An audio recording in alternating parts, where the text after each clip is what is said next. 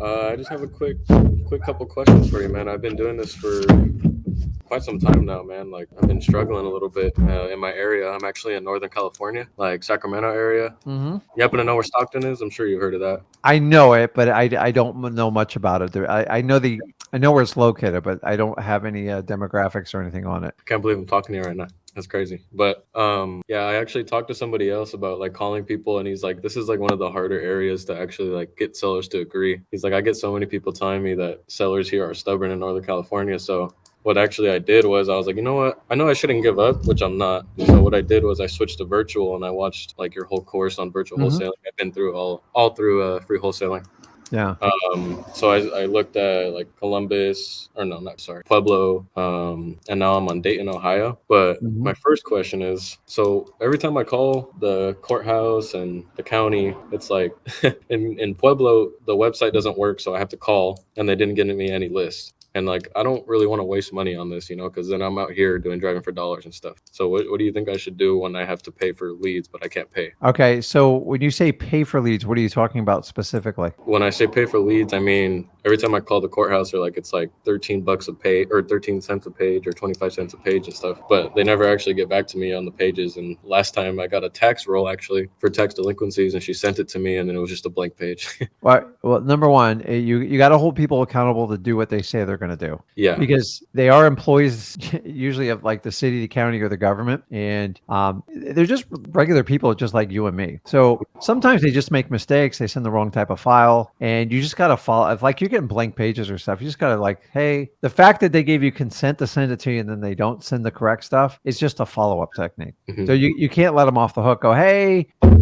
Peggy, like I got the email, it said, but there's no attachment. Can you resend it with the attachment? And 9 times the other guy screwed up, or you need this type of thing to open it. I've had like crazy ones where you have to use special type of software to open stuff up. Yeah. But that number one is just a follow up technique. Number two, you're using this for virtual investing, correct? Correct. So you already know up front you're going to get some resistance getting these lists, especially virtually, because it's very easy for people to reject you over the phone or email. It's actually the norm now. In Hmm. person, most people don't want to reject you, and they find a way. As far as the cost, you're gonna have to take a shot at it and see if it worked. Like I can't tell you how many lists I've bought over my career.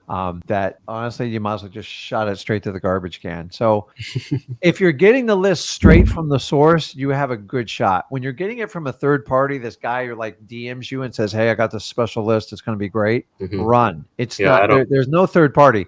So here's my theory. You either get it from PropStream, listarty.com, you can get it from Batch, ZachData.com, or you get it directly from the courthouse. If you Okay. get it from anyone else, guys, I'm telling you, you guys like you want free data, go for it. Okay. Like then they go, well, Rick, your government lists are free. No, you're getting it directly from the manufacturer of the list. Okay, so I'm not worried about that free. There's a lot of talk out there about like free. Oh my God, this company has like they'll give you all the free data. Like, trust me, you're just waiting to be whacked over the head. Because Yeah. here's the problem: even if you get a list of 10, 20, 30,000 people, understand you have to put all your time into it. You have to skip trace them, and you have to call them. What if that list is crap? Yeah. You're screwed. You know how much you're going to smoke through $10,000 because you got a free list. I can't tell you how many free lists I got. I don't like other than government leads that I'm directly courted. I don't trust third party sources. So when I switched over and did a lot with PropStream, I double dipped with ListSource for almost a year and a half because ListSource always worked for me. It worked for 12 years. And so when that service came up and the times changed, I didn't just trust the data. I'm like, ugh. So I've done this before, guys. I could go through an entire list. I'd probably get sued over it.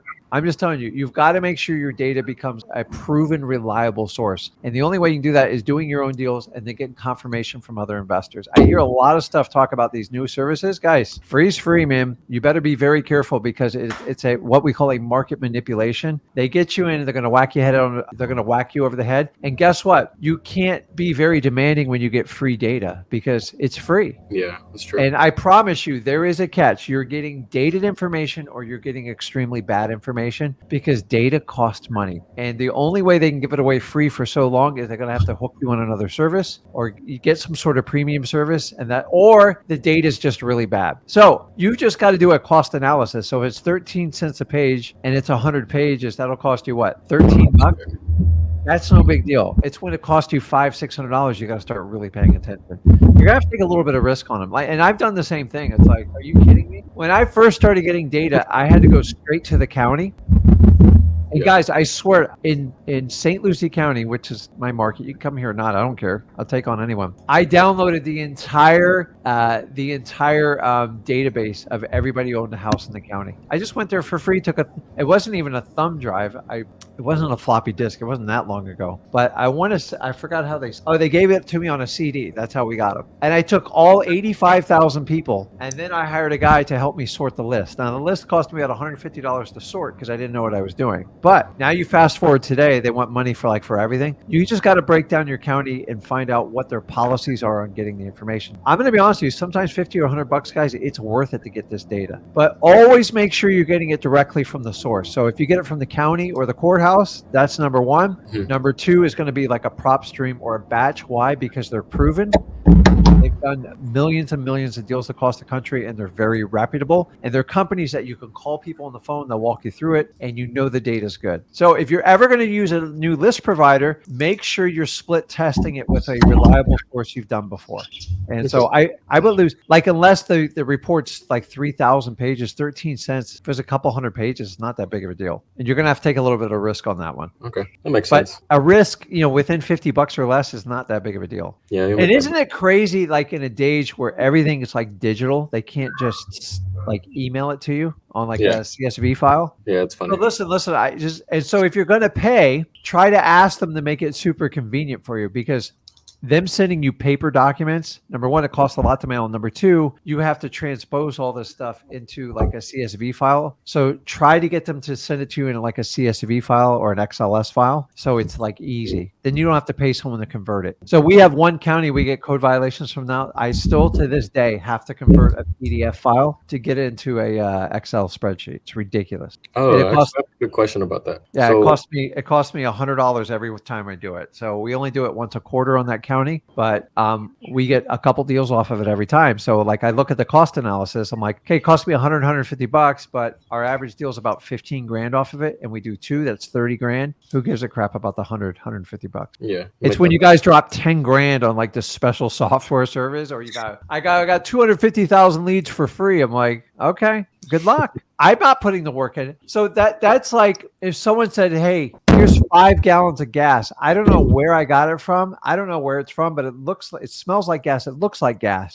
And say you had a beautiful like dually truck, $150,000 truck. Would you put that gas in your truck? The answer, you're not going to put it in there. So why you guys do not put bad data in your selling. I struggled with PropStream when it first came out because it was new on the block and I didn't trust them. And so what I did is every time I ran a list and I ran a list source and I compared the numbers, and then I would look for specific addresses to see if it was on there. And it took me a year and a half. And honestly, I was still nervous after a year and a half. I just don't believe in, like, if you switch to the free guy or the free gal, you better know what you're getting into, because I guarantee you're not getting the full truth on it. So like, but I've got a lot of data from like third parties, stuff like that. I always go to the county, the government list, and then the premium paid list providers, because I know they're not going out of business and I know their data is good.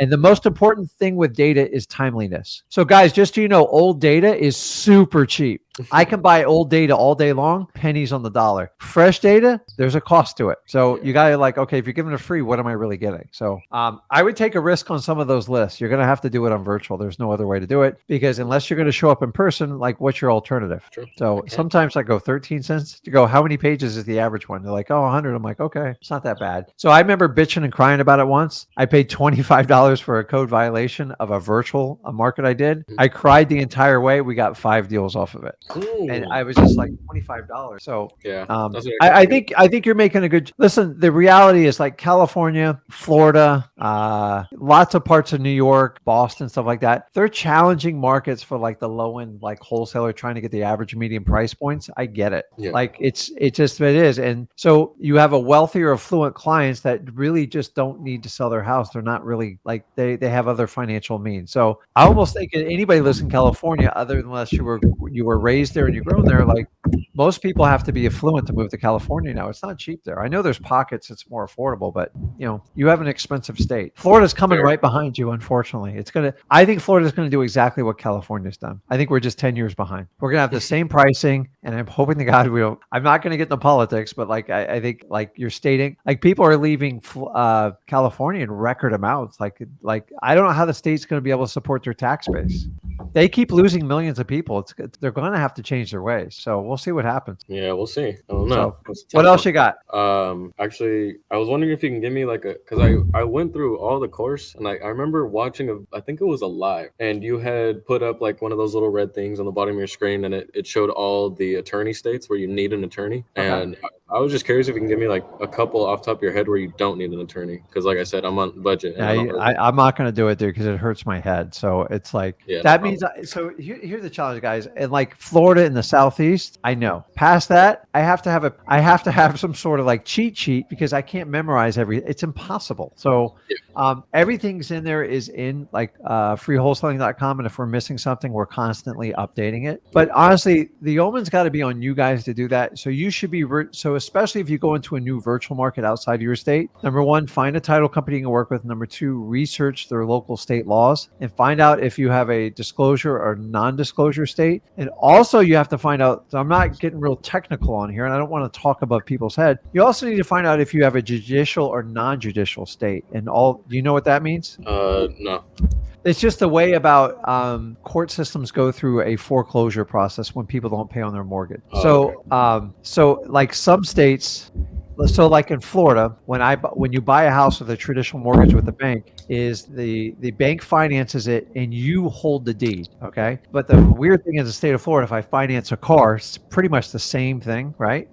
The servicing loan thing, they hold the deed until I pay it off. Okay. So you have to decide which side of the line you're on. The only difference is when it comes to dealing with pre-foreclosures and foreclosures is a non-judicial state moves much faster because they already have the deed. They just have to prove their case in court. So in Florida, the average foreclosure takes anywhere from a year, sometimes 2 years. When the system's really cleaned out, maybe 9 months. In a non-judicial state, I've bought properties in Georgia. I mean, dude, like they're taking them back in 3 or 4 months like that. So that's another thing you kind of look at, but you want to get really familiar in the market you work in, the probates, the judicial system, and if it's a disclosure or non-disclosure, because sometimes you have big obstacles and like the last thing you want to do is go in a virtual market, leaving your current market because you feel it's just so saturated. There's no way I can make this work. Like if you were in San Francisco, you wouldn't have a choice. And so you go to these other markets, you want to know everything up front so you can make an educated decision if you want to pursue that market. So look at the judicial as well as the disclosures, so you can kind of understand what you're dealing with. Okay, but I think you're making a good move on it, and don't trip over the nickels to get to the dollars. I've done that. Okay. All right, man. That's perfect. Okay, man. I'll see you.